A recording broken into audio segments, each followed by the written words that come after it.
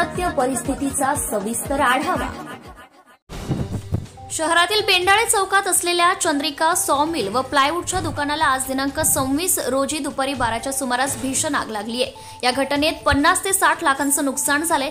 अग्निशमन दलाकडून आग विझवण्याचे प्रयत्न मुसळधार पावसातही सुरू आहेत। जळगाव शहरातील बेंडाळे चौकात असलेल्या चंद्रिका सॉमिलला आज दुपारी 12:10 सुमारास अचानक आग लागली। यावेळी जोरदार मुसळधार पाऊस सुरू असतानाही आगीने रौद्र रूप घेतले। जळगाव अग्निशमन दलाचे बंबांना पाचारण करण्यात आले, मात्र आग आटोक्यात येत नसल्याने जिल्ह्यातील इतर ठिकाणांहून बंबांना पाचारण करण्यात आले होते। मात्र गेल्या 2 तासांपासून आग नियंत्रणात आणण्यासाठी अग्निशमन दल व नागरिक प्रयत्न करीत होते। सूत्रांकडून मिळालेल्या माहितीनुसार आतापर्यंत 10 ते 12 अग्निशमन दलांचे बंब आज आग विझवण्यासाठी घटनास्थळावर दाखल झालेले आहेत। पोलीस यंत्रणा देखील दाखल झालेली आहे।